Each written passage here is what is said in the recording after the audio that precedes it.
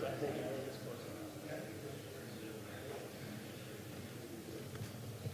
All right, good afternoon, everybody. My name is Brant Helwig. I'm a member of the faculty at Washington and Lee University School of Law, and I also have the privilege of serving as the school's dean. And in my capacity as dean, it gives me great pleasure to welcome all of you to Lexington and to our university for the 2019 Institute for Honor Symposium. The Institute for Honor was established through a generous gift from the Washington and Lee class of 1960. This institute supports programming designed to promote both the understanding and the practice of honor as an indispensable element of society. In that regard, the annual symposium is dedicated to the advocacy of honor as a core value of personal, professional, business, and community relations. Let me pause and note that in my view, one aspect of honor in the academic setting in particular is not only being exposed to differing viewpoints, but actually engaging others who hold a range of perspectives on a given topic. Simply put, engaging those with differing viewpoints in a constructive manner is honorable. And that is an aspect of honor of which we are particularly proud at Washington and Lee. This year's symposium asks us to examine the role of civility in this enterprise. Is civility an essential condition to constructive engagement, or can it serve as a hindrance or even a constraint on the expression of minority views? I think this is going to be a fascinating topic, and I personally look forward to the presentations and the dialogue that will follow. In connection with the establishment of the Institute for Honor, the class of 1960 also generously endowed a chaired professorship to guide the Institute's programming. That professorship is currently held by one of my colleagues on the law school faculty, Samuel Calhoun. He serves as the class of 1960 professor of ethics and law. And I'll now turn the floor over to Professor Calhoun to introduce both provide a broader introduction of the symposium this year and to provide an introduction of this afternoon's distinguished speaker. Thank you very much.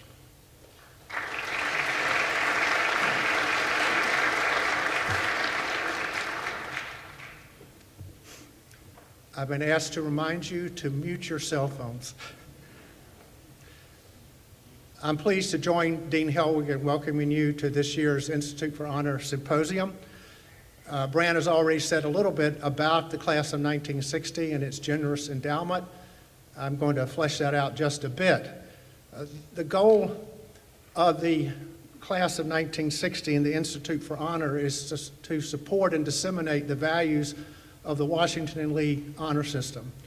And these values go well beyond what you might ordinarily think of as the core function of a college honor system, preventing lying, cheating, and stealing. The class of 1960 aims higher than that. And if you look at Washington and Lee's website, it talks about the values of the system: honor, civility, and integrity. And then it goes on to say a little bit about how those values affect the Washington and Lee community. So I'm quoting now: honor pervades every aspect of life, deepening relationships and allowing uncommon intellectual freedom. Civility and integrity create conditions for mutual trust, resulting in an open community and a rich, frank exchange of ideas. Given that civility is actually a stated goal of the Washington and Lee honor system, I think this year's symposium, Civility in Public Discourse, is particularly appropriate. Civility in public discourse have been on the public's mind nationwide and in this area for quite some time. In fact, as you well know, for a short time last summer, our own small town of Lexington held a spot in the national news because of what occurred at the Red Hen restaurant. As Dean Helwig pointed out, our topic raises a number of very important questions. Is civility a prerequisite to beneficial public discourse? The honor system says yes, and Washington and Lee President Will Dudley agrees. He has written about civility, and I'm quoting, "Civility is, quote, a precondition of honest conversation, constructive self-criticism, and personal relationships that can withstand personal disagreement." President Dudley, however, also acknowledges that some skeptics believe that civility is not always beneficial, that it can refer only to a thin veneer of decorum used to uphold the status quo. One commentator, for example, has said that if you're being civil, you're not paying attention.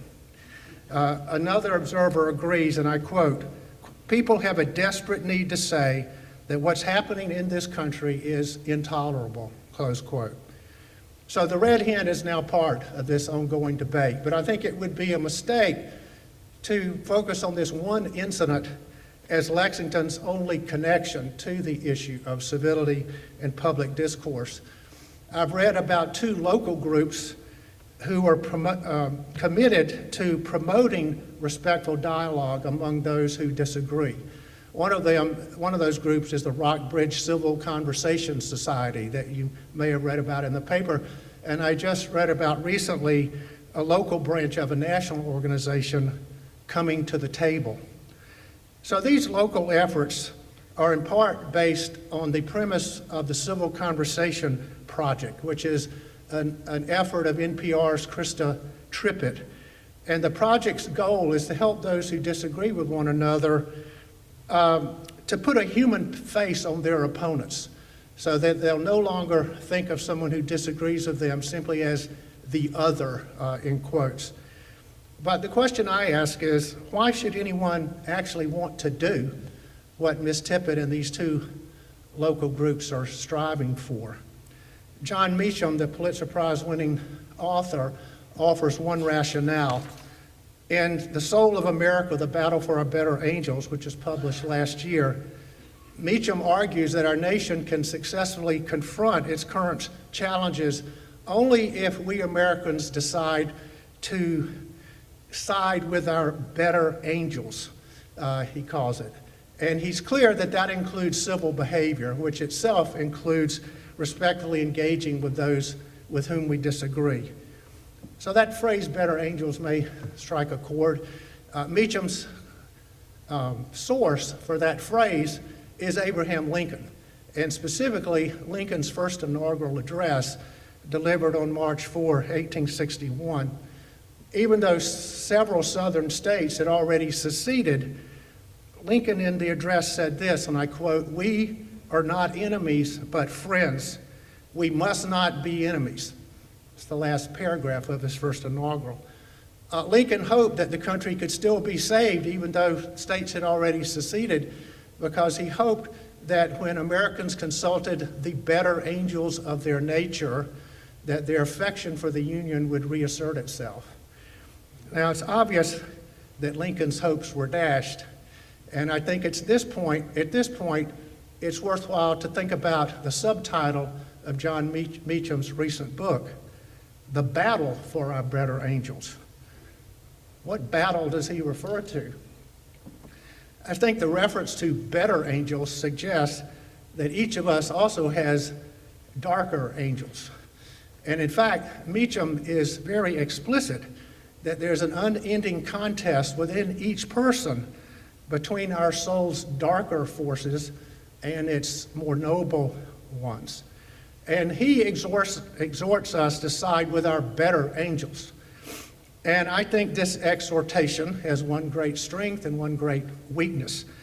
Its great strength is that Meacham recognizes that our country's future really depends upon how each one of us decides to act. Nancy Gibbs, former editor-in-chief of Time, agrees with Meacham. And in a brilliant November 2018 essay, she asserts there's only one path forward for our country in combating the hate that seems so widespread in our society. To her, the only way forward is for each one of us to engage our society's various ills in different ways. And one of them, and I quote, is this: uncountable individual decisions to model kindness. And she ends her essay with this: no one is coming to save us.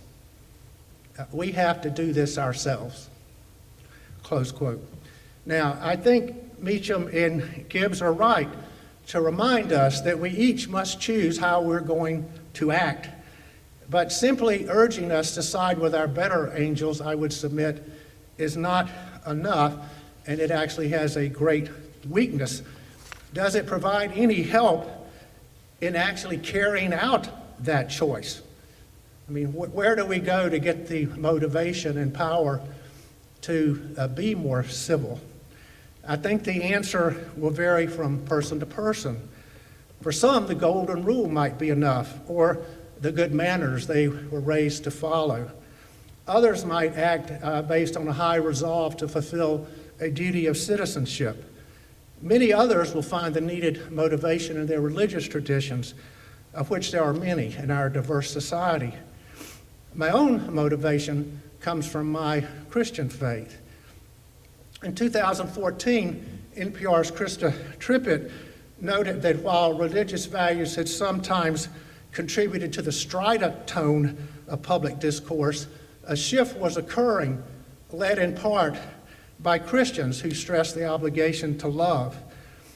In June 2018, New York City Pastor Tim Keller spoke to over 160 members of Parliament at a national prayer breakfast in London, and he challenged Christians to live up to their professed beliefs. Christians claim that they are saved through the self-sacrifice of Jesus Christ. Keller said, well, it's the same Jesus who commands them to no longer live for themselves. Instead, Christians should live for God and for their neighbor, and they should treat their neighbors with the same amazing grace that God has shown to Christians themselves. And Keller said, to the extent that Christians obey these commands, the Christian church will be a main source of good citizens in a pluralistic society. I think several recent stories support Keller's point. You may have read very recently about the efforts of two senators, Democratic Chris Coons of Delaware and Republican James Lankford of Oklahoma. These men lead a weekly prayer breakfast in the United States Senate. Only senators attend, sometimes as many as 24, both Republicans and Democrats. And according to them, their time together has enabled the lawmakers to trust and respect one another despite their policy differences. Well, as previously stated, religious beliefs aren't the only motivation for civility. George Washington provides another good example. Take a look at this portrait back here by Gilbert Stuart on loan from Mount Vernon. Richard Brookshauser describes the image in that picture as glacial. From looking at it, you would not discern that Washington all his life struggled to control his temper. But Ron Chernow, in his Pulitzer Prize winning biography, says that Washington was very skillful at masking his turbulent emotions behind a fabled reserve. Well, what enabled him to do this? Washington, I think, had a meaningful religious faith, but I don't think that that was his principal motivation. According to Brookshauser, Washington was helped by two things. One was the example of the Roman Stoics, whom he had read as a teenager. More important were the 110 rules of civility that the teenage Washington had copied into one of his notebooks. And Brookshauser argues that Washington's usual composure was the result of the early training that the rules of civility provided. Now, Washington, I'm sure as you know, was not perfect. Sometimes his passions overflowed, as when in an explosion of profanity, he relieved General Charles Lee from command at the Battle of Monmouth. Chernow writes, however, that most often Washington's fiery opinions were confined to private letters. There's an example from another Pulitzer Prize winner, Edward Larson, that particularly caught my attention. At the time when there was a fight as to whether the Constitution would be ratified, Washington wrote in a private letter that if Georgians did not embrace a strong central government, their decision could only have two explanations: wickedness or insanity. Now, a few of you know this. I was born and raised in Thomasville, Georgia, and so I'm somewhat offended by Washington's opinion of my fellow Georgians. He did, however, confine his strong negative opinion to a private letter. Maybe I'm the one who's being uncivil by broadcasting it to you now. My objective thus far has been to introduce the subject of civility in public discourse. It's now my pleasure to introduce our keynote speaker. I can't tell you how honored and excited I am to introduce George F. Will. His extraordinarily impressive credentials you have detailed in the handout that you were given. They include multiple books, newspaper column twice weekly in over 440 newspapers, and a Pulitzer Prize. The handout, however, doesn't say anything about Mr. Will's kindness, which I experienced myself over 25 years ago. I sent him a scholarly article of mine. I hoped, but didn't really expect a reply. But instead, I received a gracious handwritten note from Mr. Will, which I still have. Mr. Will has been one of our preeminent public intellectuals for over 40 years. The range and excellence of his commentaries are both astonishing. Over his long career, he has been widely admired for rigorously presenting his viewpoint in a well-reasoned, respectful manner. He's also well known for his wit. Your handout relates Mr. Will's love for and expertise in baseball. To the skeptic's claim that baseball is only a game, Mr. Will responded, "True, and the Grand Canyon is only a hole in Arizona." Please join me in welcoming George F. Will to Lexington and to Washington and Lee.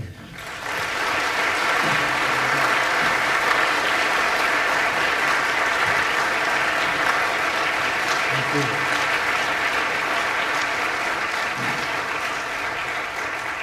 Thank you for that kind introduction, which shows that not all forms of inflation are painful.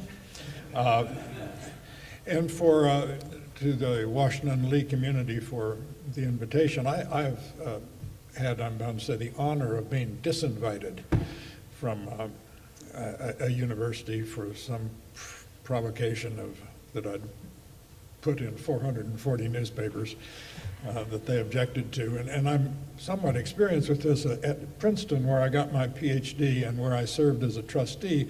They've recently had turmoil over the fact that one of their institutions is the Woodrow Wilson School. And Woodrow Wilson, a son of Virginia, had some fairly retrograde views that are now resented and judged harshly, and there's lots of turmoil at Princeton, or was, about that. They sort of split the difference. I thought of that when coming to a university named after two gun-toting, slave-owning white males, and I said, well, that's bad enough, but one of my hosts is named Calhoun. But then my dog, or actually my wife's dog, she's a South Carolinian, is called Calhoun. So I've been walking on the wild side for quite a while. Yes, sir. Sure. Is that better? Can you all hear? There. Can you hear in the back? Excellent. It is a delight for me to be back, however briefly, in academia, particularly at this beautiful and exemplary institution. I am a faculty brat, the son of a professor of philosophy at the University of Illinois, and I am an almost completely lapsed professor myself. When leaving Oxford 45 years ago, I was uncertain as to whether I wanted to be a lawyer or a professor of political philosophy. So I temporized by applying to a distinguished law school and to Princeton's doctoral program. I chose to go to Princeton partly, perhaps largely, because it is located midway between two National League baseball cities. This gives you some idea of my standing as a serious scholar. I taught for 2.5 years before turning to, or as my father thought, before sinking to journalism. Actually, I am currently once again addressed as professor once a week at Princeton, where I am teaching a political philosophy seminar. But I do not want this embarrassing fact widely known, because professors are not in good odor everywhere, and the bad odor is not new. In 1976, two of my friends, New York Senator Jim Buckley and Daniel Patrick Moynihan, were running against each other for the U.S. Senate seat that Jim then held. On the evening of the June day in which both of them won their party's primaries, Jim, over at his headquarters, said, "I congratulate Professor Moynihan, and I look forward to running against Professor Moynihan, who I am sure will conduct the sort of high-minded campaign that is to be expected from a Harvard professor." Back at Pat's headquarters, a reporter said, "Pat, Jim is referring to you as Professor Moynihan." Pat drew himself up to his considerable height and said, "Ah, the mudslinging has begun." We're meeting here because mudslinging, and much worse, has become so ubiquitous that it is tempting to conclude that public discourse has never been this coarse, this heated, this vituperative. That is, however, an ahistorical judgment. Although the U.S. election of 1800 is arguably the most important election in world history, it was the first that resulted in political power being peacefully transferred from one political party to another, the campaign of 1800 featured scabrous rhetoric worse than what we hear today. For example, a Connecticut newspaper said that if Jefferson were elected, quote, "murder, robbery, rape, adultery, and incest will be openly taught and practiced." And a Jeffersonian journalist wrote that John Adams, quote, "behaved neither like a man nor like a woman, but instead possessed a hideous hermaphroditical character." The 1837 lynching of Elijah Lovejoy, an Illinois newspaper editor and abolitionist, was hardly the only such antebellum political violence. In 1856, a South Carolinian congressman, Preston Brooks, became incensed about abolitionist rhetoric from Massachusetts Senator Charles Sumner. Brooks went on to the U.S. Senate floor and so severely beat Sumner with a heavy cane that Sumner was absent from the Senate for an extended period. Brooks' constituents were so delighted by his assault that they inundated his office with a fresh supply of canes. So, although our civic life is not what it should be, we should remember the axiom that ignorance of the past causes us to libel the present. That said, however, this too must be said. Ignorance of the past can also make us vain about the present and uncivil in our arrogance. Ignorance of the past can make us prone to judgments that flatter us ignorantly. While there have always been unlovely aspects of American argumentation, today's distempers are unquestionably different in quantity and in kind. It is important to wonder why this is so and what can be done about it. I am most puzzled by the fact that I cannot for the life of me fathom why people are as angry as they are. I could understand that when we were arguing about slavery and disunion and all the rest. In fact, what alarms me more today is less the discord than a consensus that is as broad as the Republic and as deep as the Grand Canyon. It is the consensus that we should have a large, omnipresent, omniprovident welfare state and not pay for it. Everyone's agreed on that. From the left fringe of the political spectrum to the right fringe, everyone is agreed. Both parties have a constant and perennial interest in running enormous budget deficits, in giving Americans $1 worth of government benefits and charging Americans only 80 or so cents for them. Once upon a time, we borrowed money for the future, to win wars and build infrastructure for the future, for unborn Americans who would benefit from the borrowings that they would, in fairness, help to repay. We don't do that anymore. What we do now is we borrow from the future to finance our current consumption of government goods and services. This is, let us not mince words, this is decadent democracy. And to repeat, there's no discernible dissent from it. What strikes me then is that the political class in Washington particularly is more united by a class interest than it is divided by ideology, which makes the simmering furies in the country, and sometimes between the members of the political class, all the more difficult to fathom. So what are Americans so angry about? Most Americans are, I suggest, not angry. They are sad and they are embarrassed. And they are sad because they are embarrassed about the country's condition. Many, I grant, many, perhaps most, of the viewers of Fox News and MSNBC, here I bite one of the hands that feeds me, and CNN, these people are angry. However, all of them combined make up a tiny fraction of the country. There are about 327 million people in this country, and right now, late on this Friday afternoon in March, about 323 million of them are not watching cable television and not listening to talk radio and not participating in some Twitter mob fueled by the outrage du jour. One should generally resist the temptation to lapse into medical terminology when discussing politics, but here I intend to lapse. I am convinced that some Americans have become addicted to anger. They are happiest when they are unhappy. I suspect that when they are indignant, a brain scan would show pleasure synapses firing as they do when cocaine is being used. This kind of pleasure can become habit-forming. Social media offer instant and endless gratification for this kind of craving. Anger can be fun, particularly when the anger is a form of self-flattery. It is self-flattery when it is not just disagreement with others, but with disparagement of others.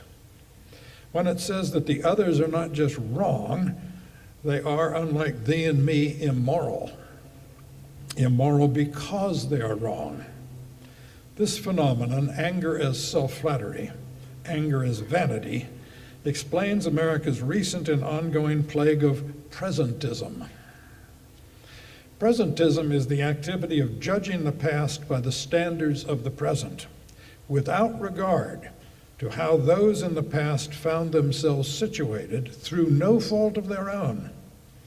Presentism usually means judging, and judging harshly, those who are considered by us to be our moral inferiors because they did not act as we assume we would have acted had we been in their place.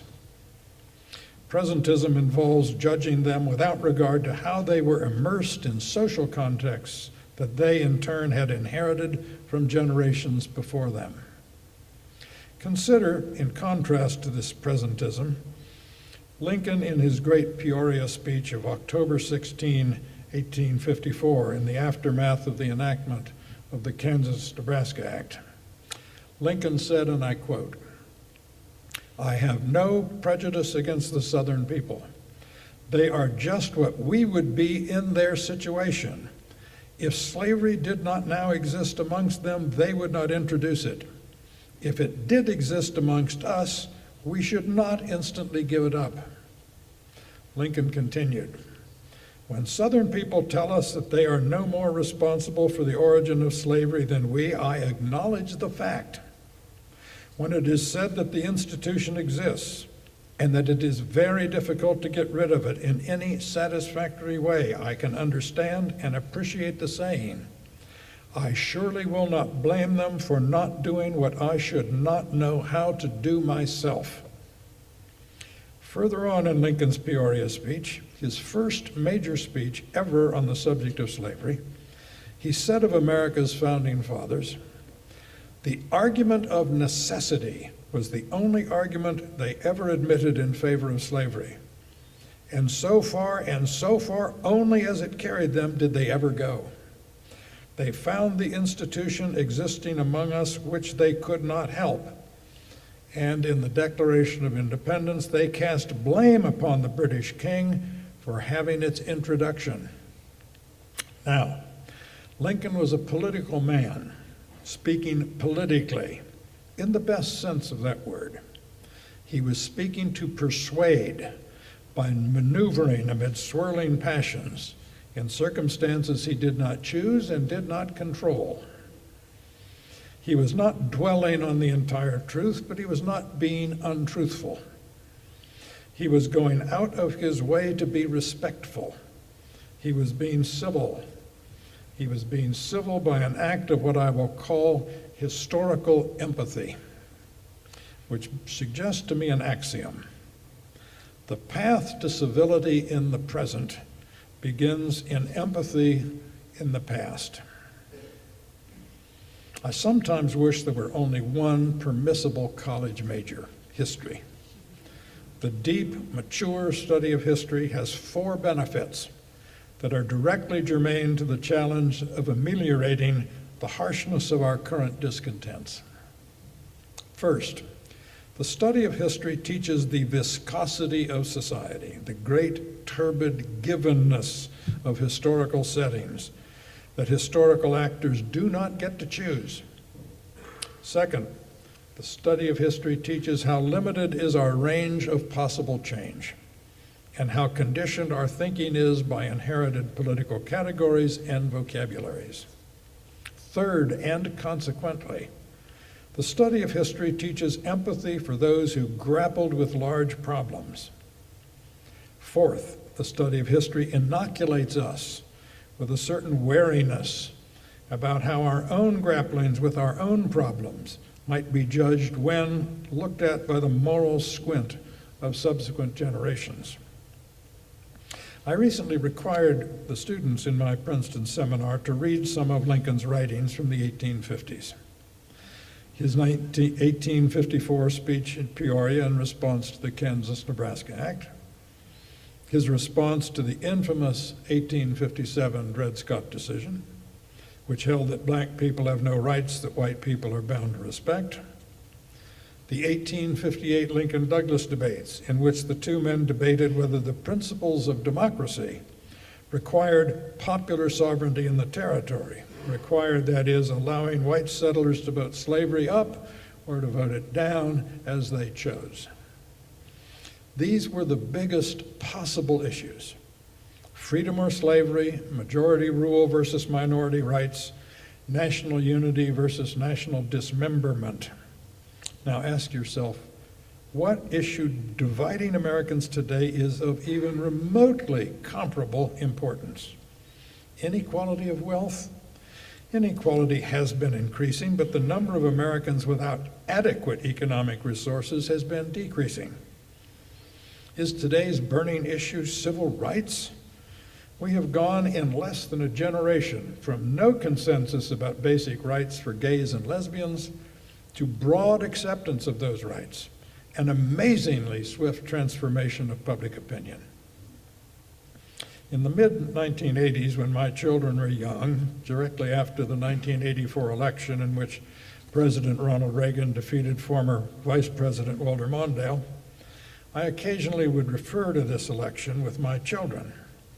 When they would ask me if they had my permission to do this or that, if my answer was yes, I would say, yes, you can do what you want because Mondale lost. It's a free country. I was jesting, and no doubt I was being unintelligible to my children. My jest, however, was to try and make a serious point. I was obliquely telling my children that even if Mondale had won, we would still be a free country, because in our country, the basic structure of constitutional freedom is not put at risk in our elections. It is precisely because the stakes of our elections are generally agreeably low, they are not of existential dimension, that it is puzzling that our political arguments right now generate such heat. Now, clearly there are economic factors and facets of modern government that are having, for many people, various kinds of embittering effects. The velocity of economic change under globalization produces creative destruction that is creative, but also unquestionably is destructive of entire industries and hence of communities. Some people find this exhilarating and prosper from it. Others find it frightening and feel as though they have fallen through the fissures in society and been forgotten. or worse than forgotten. They feel that they have become despised for their inability to cope. The sting of felt contempt is bad enough. To it is added the loss of the solace provided by attachments, churches, clubs, civic organizations, in communities through which blow the gales of globalization. The result is the modern epidemic of loneliness, which makes globalization's casualties susceptible to what have been called the diseases of despair, alcoholism, opioid abuse, and the rest. These people, these casualties of social change, are apt to express their disappointments, anxieties, and resentments in extravagant rhetoric, and they are apt to respond to politicians who court them with angry rhetoric of victimization. Furthermore, while I do not want to embrace technological determinism, clearly certain new media, social media, with their instantaneous dissemination of unfiltered, unedited thoughts, does not encourage civility. I will not mince words. These media give platforms to people who mistakenly think of themselves as intellectuals, people who, lacking a ballast of education or a fund of information, substitute invective for both. People who, in earlier days, were restricted to venting their unformed opinions in bar rooms. Also, there is something about today's sprawling regulatory administrative state that makes many people feel understandably aggrieved. Big government becomes big by taking on ever bigger roles in the allocation of wealth and opportunity. The bigger that government becomes, the more opaque it becomes.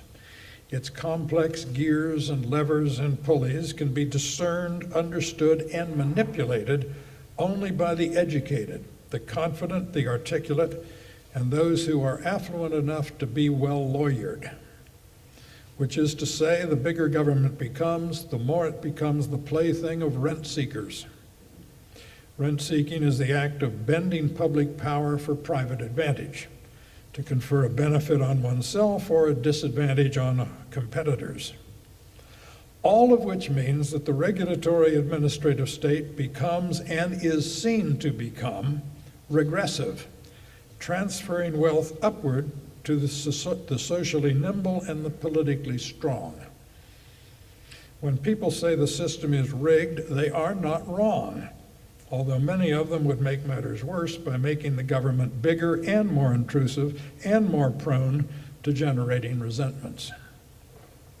Consider this datum about the simultaneous growth of incivility and of government. In 1964, on the eve of the pell-mell expansion of government under President Lyndon Johnson's Great Society, 77% of Americans agreed with the proposition that they could trust the government almost or most of the almost all or most of the time. 50 years later, only 19% agreed with that. As causes of contemporary incivility, the factors just mentioned, from economic forces to new technologies of communication to government's new scope and pretensions, are not the only or even the most interesting and important reasons for the new disturbing tone of public life and political discourse. A moment ago, I asked what issue today is remotely comparable to the issues that convulsed and nearly shattered the nation in the middle of the 19th century. The answer is there is no such issue today, none. Which points us to an interesting conclusion. Perhaps the most telling aspect of today's incivility in political arguments is that we are not arguing uncivilly about issues as issues were understood until relatively recently. So let me propose a theory. The bitterness of today's political arguments is related to the fact that politics can do little to assuage many of today's grievances. This is because many of the grievances are about status, about social standing, and about perceived and felt condescension and contempt. In 1943, a behavioral scientist, Abraham Maslow, introduced the idea that human beings have a hierarchy of needs. At the base of that hierarchy, of what has come to be called Maslow's pyramid, are physiological imperatives, the needs for food, shelter, nourishment, safety, and sex. In advanced societies, however, people have advanced needs. These include what Maslow called belonging needs, such as acceptance and affiliations. Higher still in the pyramid are esteem needs, such as self-respect and social status. And at the pyramid's apex is the need for self-actualization, meaning a sense of fulfillment. In developed societies, where the satisfaction of physiological needs is taken for granted, the higher needs become high-stakes political subjects. The satisfaction of such needs becomes a political agenda. It is, however, surpassingly difficult to translate those needs for self-respect, social status, esteem, and self-actualization into government action. So they become subjects for compensatory acknowledgement through divisive political rhetoric. As broad considerations of economic well-being have lost their political saliency, considerations of ethnicity, sex, culture, and religion have become more salient.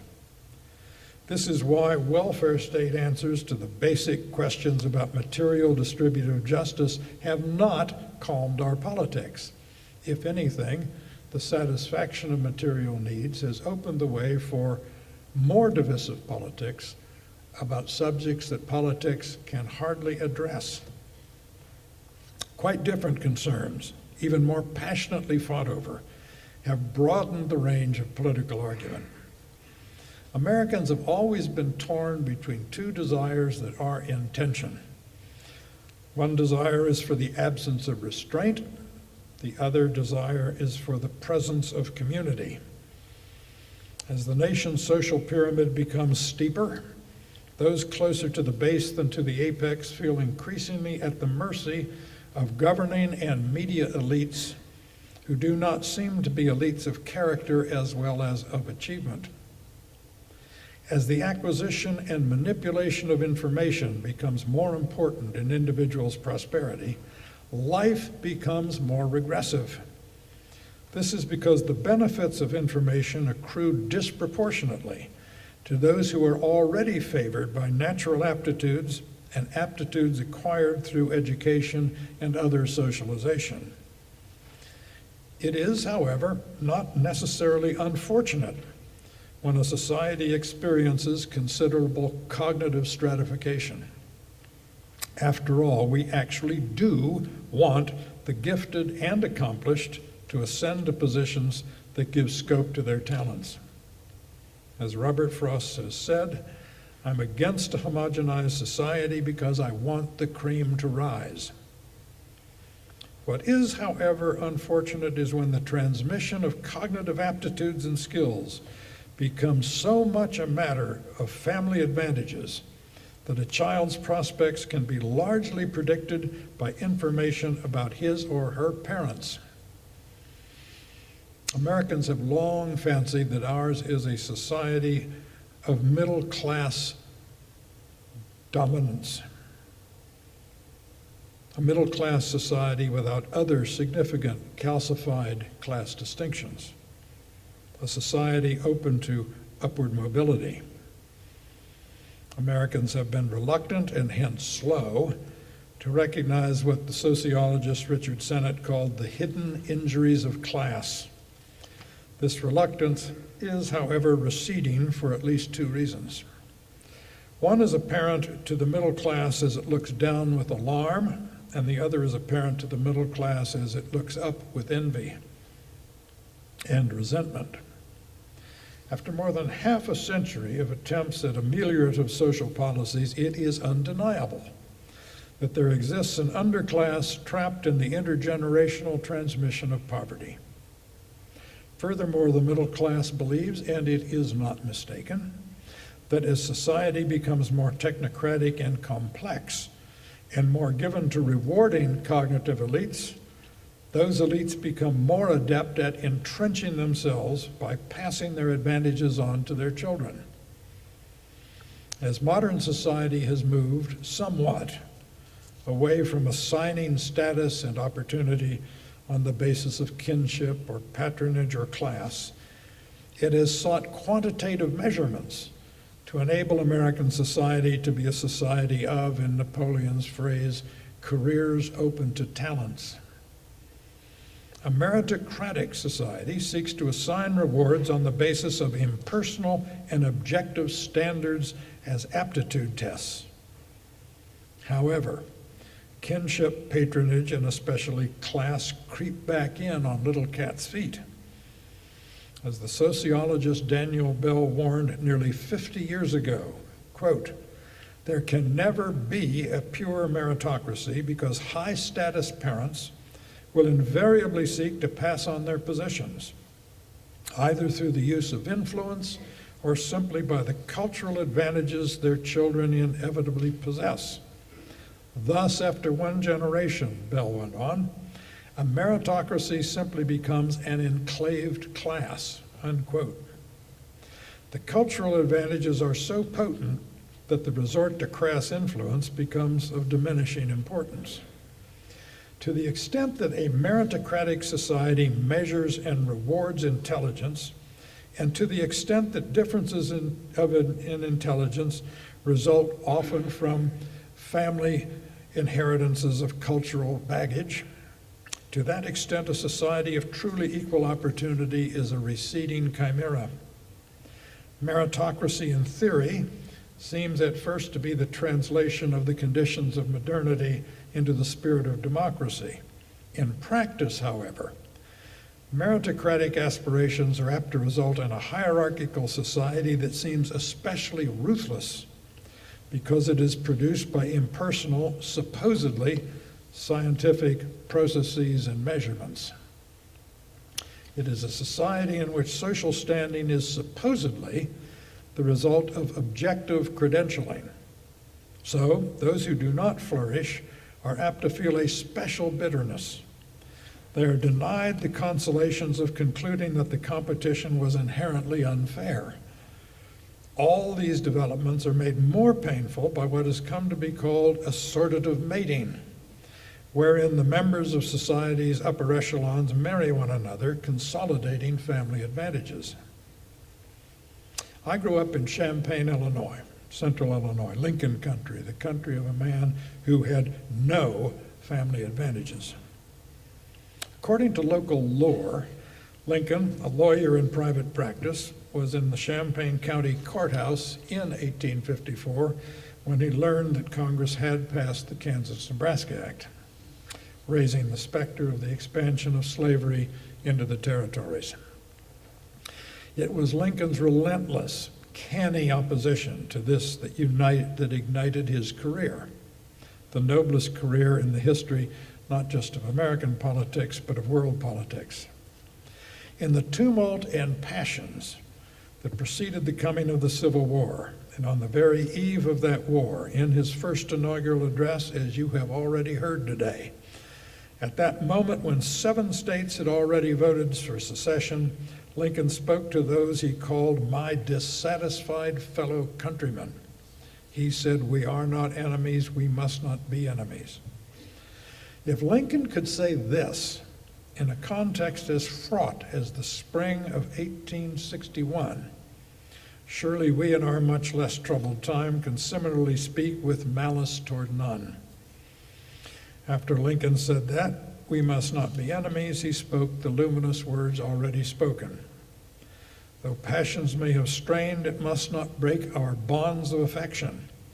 The mystic cords of memory, stretching from every battlefield and patriot grave to every living heart and hearthstone all over this broad land, will yet swell the chorus of the Union, when again touched, as surely they will be, by the better angels of our nature."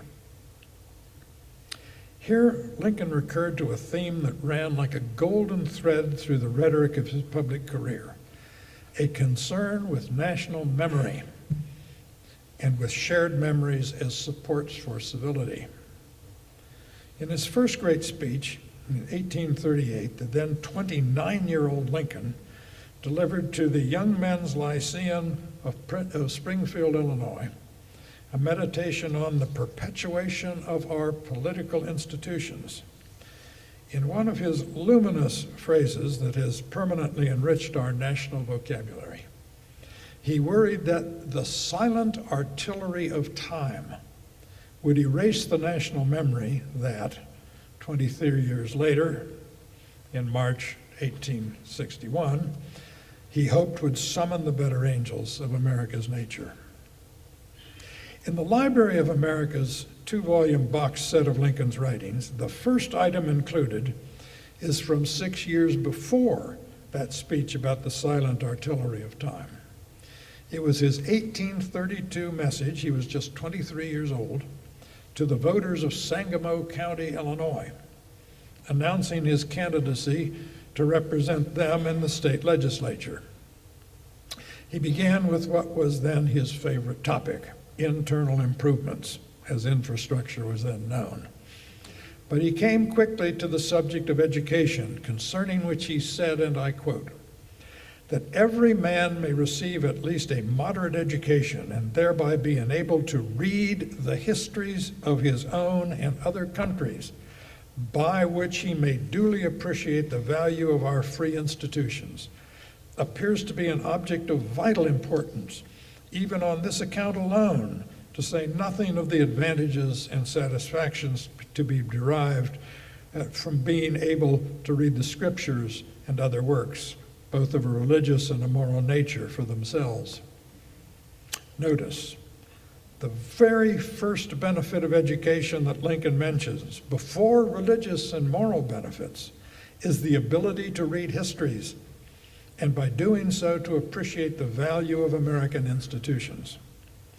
So as he began his career, I shall end my remarks here by insisting on this. The basis of civility in public discourse must be a mature and humble talent for thinking historically, a talent for thinking about political and social questions in all their complexity, a talent that can only be acquired by studying history. There is no shortcut back to civility, and there is no use denying something about which I will speak frankly. It is this: intellectual insecurity is an underestimated cause of today's incivility. Ignorance and stupidity, these are not the same things, are the fertilizers of this incivility because they cause some people to adopt a rhetorical aggression as a defense against being exposed as lacking some things that are essential for engaging in public argument. The things that are lacked are information and a capacity for reasoning. Ignorance and stupidity are probably not present today in greater quantities than is usual in the human story. Ignorance and stupidity are, however, more conspicuous, more prominent, more rampant, more unavoidable, more widely disseminated, and more lucrative than they used to be. There's an old saying among lawyers: if you have the facts on your side, argue the facts. If you have the law on your side, argue the law. If you have neither, pound the table. Many participants in today's arguments go straight to table pounding because they do not have the mental furniture to do anything else. Which brings me back to a subject from which I never stray far, the subject of a grounding in history. Everyone has a moral obligation to be as intelligent as it is possible for her or him to be. And you cannot be intelligent in the present without being marinated in the past. Kipling said that he who knows only England does not England know. Similarly, he who knows only his own time does not his own time know. So, to combat incivility, we must make it fashionable to never be seen without a history book tucked under one's arm. This is not a dramatic idea, or one that promises the instant gratification of banishing incivility from the public square. It is, however, important that we relentlessly insist upon an ethic of public argument that says anyone can participate, but pay attention to no one who has not done his or her homework.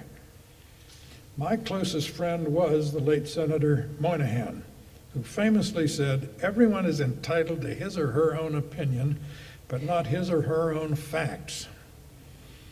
The long trek back to civility begins by insisting that it is shameful to be uninformed.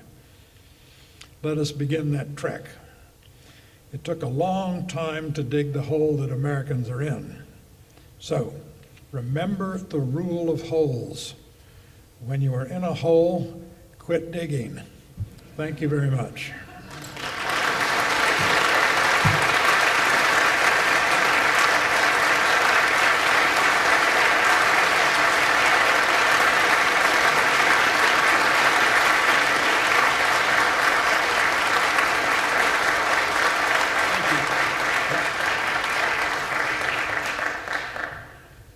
Mr. Will has kindly agreed to answer a few questions from the audience. And so I'm going to turn it over to him and let him recognize people. If you would put your hand up, we have people in each aisle that have a microphone.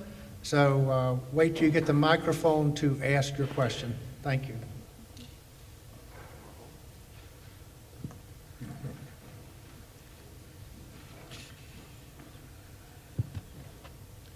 Mr. Will, within the last couple of years, it was reported, and it probably was reported by you, that you had resigned from the Republican Party.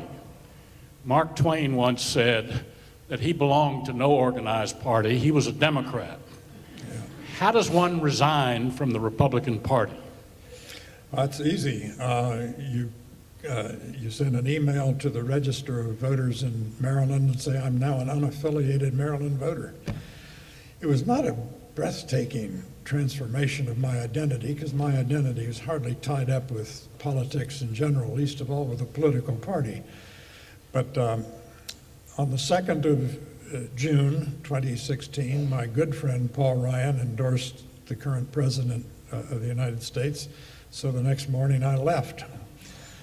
I said, it was clear to me that the normalization of something I considered abnormal was going to proceed, and it was going to proceed without me.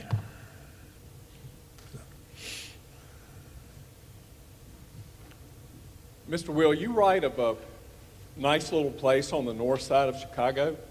It's even called the Friendly Confines, and over years of getting drugged, civility still flowed like water, like rivers. Well, What's like the secret beer, sauce which there? helped. Yes. So what was the question? What's the secret sauce at the Friendly Confines? Well, it was old style lager beer for a long time. It made those people civil who it didn't make pugnacious. You didn't go to Wrigley Field expecting to win, so you weren't disappointed. I think I can tickle a moral lesson for society out of this. Baseball is, if I may now talk about something I understand and like, baseball is the ideal sport for a democracy because it's the sport of the half loaf. No one gets everything they want. All the teams are now in spring training. Every team in spring training knows they're going to win 60 games. Every team knows they're going to lose 60 games. Playing the whole season to sort out the middle 42 games. If you win 10 out of 20 games, you're definitionally mediocre. If you win 11 out of 20 games, you're going to win 87 games, and you might play in October. So it's a game of, again, no one gets everything they want. And there's a whole lot of losing involved and failure. Ty Cobb had a career batting average of .367, which means more than 4 out of 10 times he failed. And as I say, that's really good training, not just for democracy, but in its way, it's training for civility. I do not have a question, sir, but I pray that you or the university, with your permission, will publish your remarks. Thank you. I'll work on that. Portions of it are in a book coming in June called The Conservative Sensibility by me at better bookstores everywhere. Sir, knowing that Lincoln was the second, if I recall, to run as a Republican after John Fremont, what is the chances of there being a new party in this country arising that would be in a moderate position, pulling from the moderate positions of both parties into a new political party and being successful? That's a good question.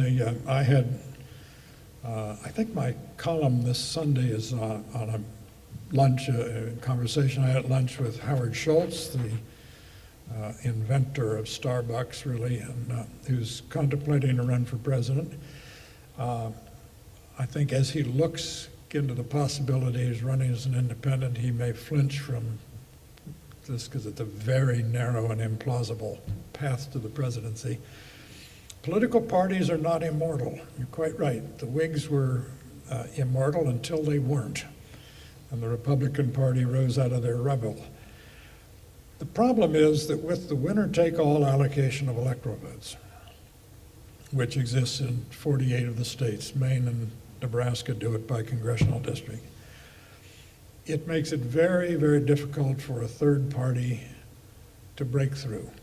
Ross Perot got 19% of the popular vote in 1992, running against George Herbert Walker Bush and Bill Clinton, and no electoral votes. The last American to receive electoral votes and running as third party was George Wallace in 1968. He had a regional base where he got his electoral votes in the South, but because of the regional base and because of the views he had that appealed only to that region, it was impossible for him to become a plausible national candidate. So I wouldn't count on a new party emerging. To give you just one more example of how the deck is stacked against them, you can't be a plausible presidential candidate if you're excluded from the debates. And under current practices, they may fiddle with this percentage, but current practices, you have to have 15% support in a basket of polls on the eve of the first debate, and that's hard to do.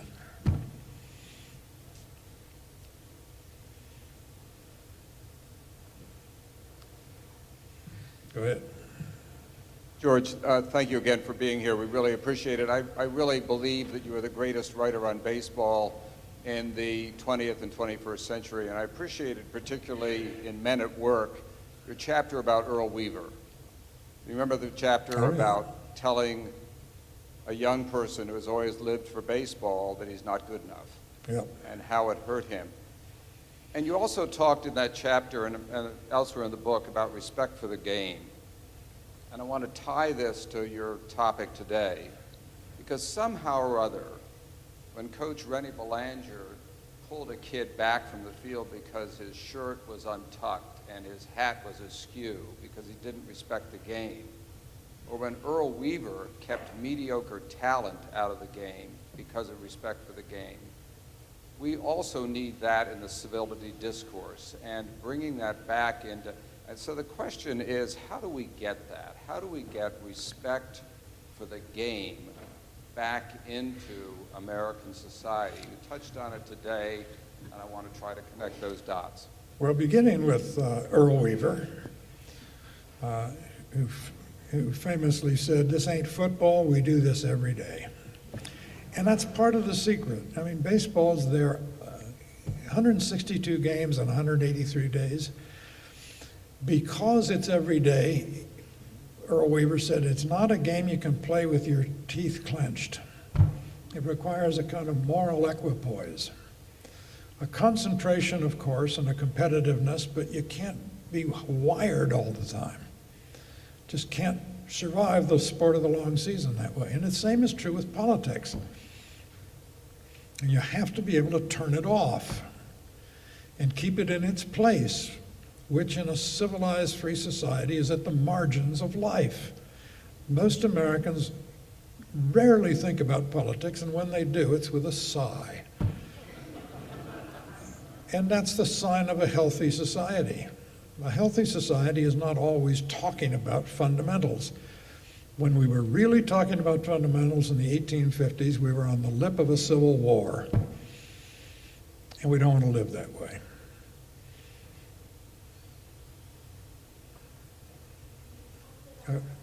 Here comes the mic.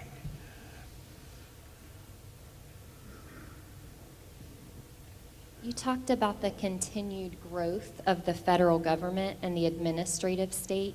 Do you think that constitutional amendments could be useful to restrain or limit the scope of the federal government? I do not.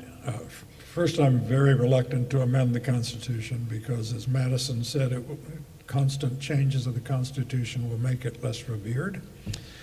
But beyond that, it would be very hard to frame an amendment that would do this. The courts are going to do it with increasing I don't want to get into the weeds here about Chevron deference in the presence of the dean over here, but Chevron deference and the non-delegation doctrine and other matters. The courts are, I think, gathering their nerves to begin to push back on the independence of executive agencies. But at the end of the day, as Lincoln said, everything rests on opinion, which is shiftable sand. With opinion, you can do anything. Without it, you can't do anything, said Lincoln. So we just have to arouse people with the patience of politics, and it should require patience. You shouldn't be able to make great changes on slender majorities, in Jefferson's phrase. But over time, I think we can convince the American people. I mean, I write 100 columns a year trying to do this, having no discernible effect. But one can get the country alert to the attenuated nature of our control of our own government. And I think we're gaining on the rascals, frankly.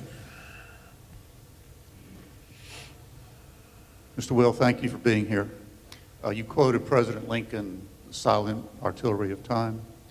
Do you see any hope in colleges and universities across the country, excluding our beloved university, of returning to a more academic, historical curriculum, including the study of history? I'm very pessimistic. I have degrees from two of the world's top 10 universities by any ranking, Oxford and Princeton. I think the great research universities are the finest ornaments of our civilization. They evolved through 8 centuries of political and ecclesiastical dangers and thickets. And we have seen how, in 5 or 10 years, the legacy of 800 years can be frittered away by bad academic leadership. The fact is that a number of people went to Earth after the 1960s, went to Earth in the universities, got tenure, and have been reproducing themselves through the tenure system. And the university has taken on a new role as a therapeutic institution, therapeutic first of all for the young people within it, and therapeutic for the society that surrounds it. And that is, I think, on the whole, incompatible with the fundamental duty of a university, which is first of all transmission, transmitting the best that has been said and thought, as Matthew Arnold said, and beyond that, basic research and scholarship, not tied to passing agendas of social reform. You ask, can it be done? Yes. But once the barbarians are within the gate and get tenure, it's very difficult.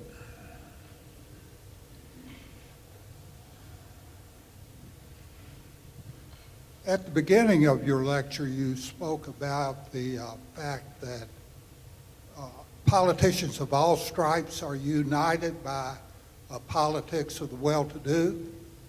And at the end, you talked about education as an answer to many of our problems. How do we avoid the danger that the education given by an institution like this one and received by most of the children and grandchildren of people in this room is an education of the well-to-do. Well, that's the problem. I know I can speak about Princeton. Princeton is very energetic in trying to get people to come to Princeton and peer institutions who normally would not have applied in earlier days. From schools that, high schools that do not normally feed people to schools like Princeton, and thereby Princeton loses by losing this great ocean of talent that exists in our society. It's a very vexing problem because as one wise man, Andrew Ferguson, a very fine writer in Washington, has said, the least diverse classes in America are SAT prep classes. These are part of how the enclaved class, of which I am a paid-up member, reproduces and transmits its advantages. And the better schools, the more conscientious schools, and I'm sure this is one of them, wrestle with this constantly as to how they do not simply become a mechanism for transmitting the advantages of those already advantaged. The great change occurred in American higher education when the Scholastic Aptitude Test was adopted by Harvard and elsewhere. Until that time, Harvard was a remarkably undistinguished university, educating the children of the Brahmins of New England. And the SAT came along and introduced the Ivy League to a number of things. First, people going to university for the first time from their family. It introduced the Ivy League to more Jewish people than the Ivy League was comfortable meeting at that point. And everyone got better because, again, it was careers open to talents, and talents objectively measured. Here's the problem. Any day now, we're going to get a ruling that will go right to the Supreme Court on the question about Harvard's admissions practices. The oral arguments are over, the judge is discerning it. I wrote a column about this and showed it before I published it to my friend Drew Faust, who had been president of Harvard. And I said, if Harvard relied solely on so-called objective metrics in admitting people, that is, high school transcripts and objective aptitude tests, it would be 40% Asian American and 1% African American. And we don't want that. Harvard doesn't want that, and they're right not to. Because it turns out the so-called objective measurements are a lot more complicated and flawed than we thought. Go back to what I just said about SAT prep classes not being very diverse. The objective measurements measure inherited family social capital. And any university worth its salt, and I can only speak for Princeton, is worrying about this nonstop. But if anyone has a solution, send me an email. Yep. Mr. Wilt, do you have any thoughts as to the contribution that American secondary education and the degree of funding which it is getting in the various states may be having on the various political commentary you've been making, as well as our generalized ignorance of history? Yeah, well, the social stratification of America is deepened by the vast disparities in the competence of education K through 12. After the Second World War, when the baby boom generation began going through the public schools like a pig through a python, everyone was agreed, liberals, conservatives, Republicans, Democrats, everyone was agreed that the best predictor of a school's performance was the amount of money you spent on it. Increased financial inputs, cognitive outputs would increase. And so we did under both parties. Teachers' salaries got better, class sizes got smaller. Everything improved except test scores. And so in the 1960s, we had decided to study this. And James Coleman, a sociologist at Johns Hopkins, undertook the largest social science project in American history at that point. The result was the Coleman Report. The conclusion of the Coleman Report was so seismic, that was Pat Moynihan's word for it, that the Johnson administration released it on the Friday of a 4th of July weekend, hoping no one would notice. Because what it said was, the sovereign predictor of a school's performance is the quality of the families from which the children come to school. That is, controlling for relevant variables, 90% of the differences in a school's performance is determined by quantity and quality of reading matter in the home, the amount of homework done in the home, number of days truant from school, amount of television watched in the home. But most of all, don't tell me the pupil-teacher ratio, tell me the pupil-parent ratio. Because the Coleman Report came out in '66. In 1965, Pat Moynihan, then a 38-year-old social scientist in Lyndon Johnson's Labor Department, produced what has come to be called the Moynihan Report. The actual title was The Negro Family, the Case for National Action. In it, he said, we have a national crisis because 23.7% of African American children are born to unmarried women. 23.7, that's 72%.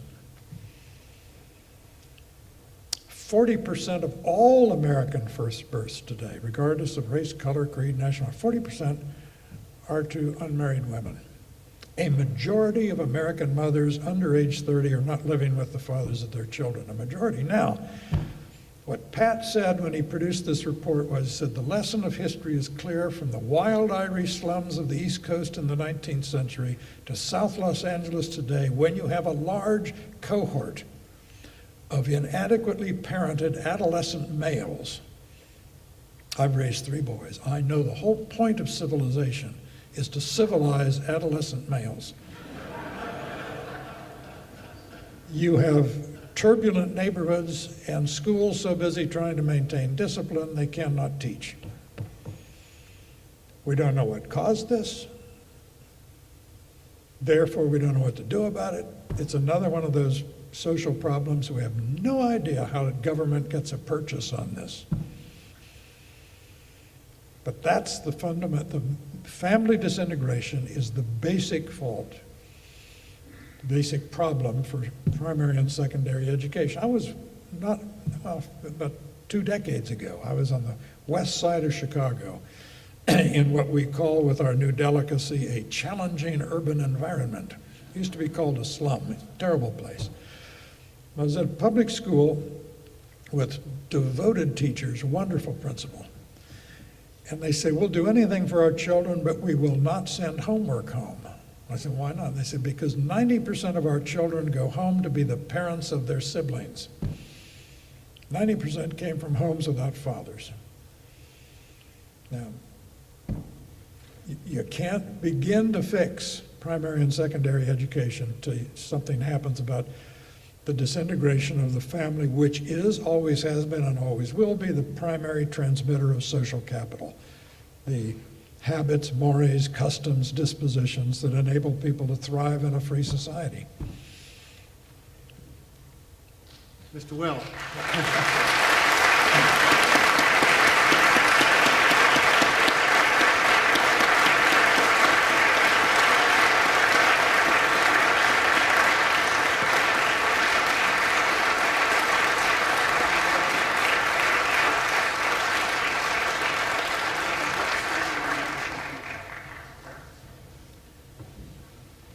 Mr. Will be in Washington Hall, straight up the sidewalk in front of you for a book signing, if any of you are interested.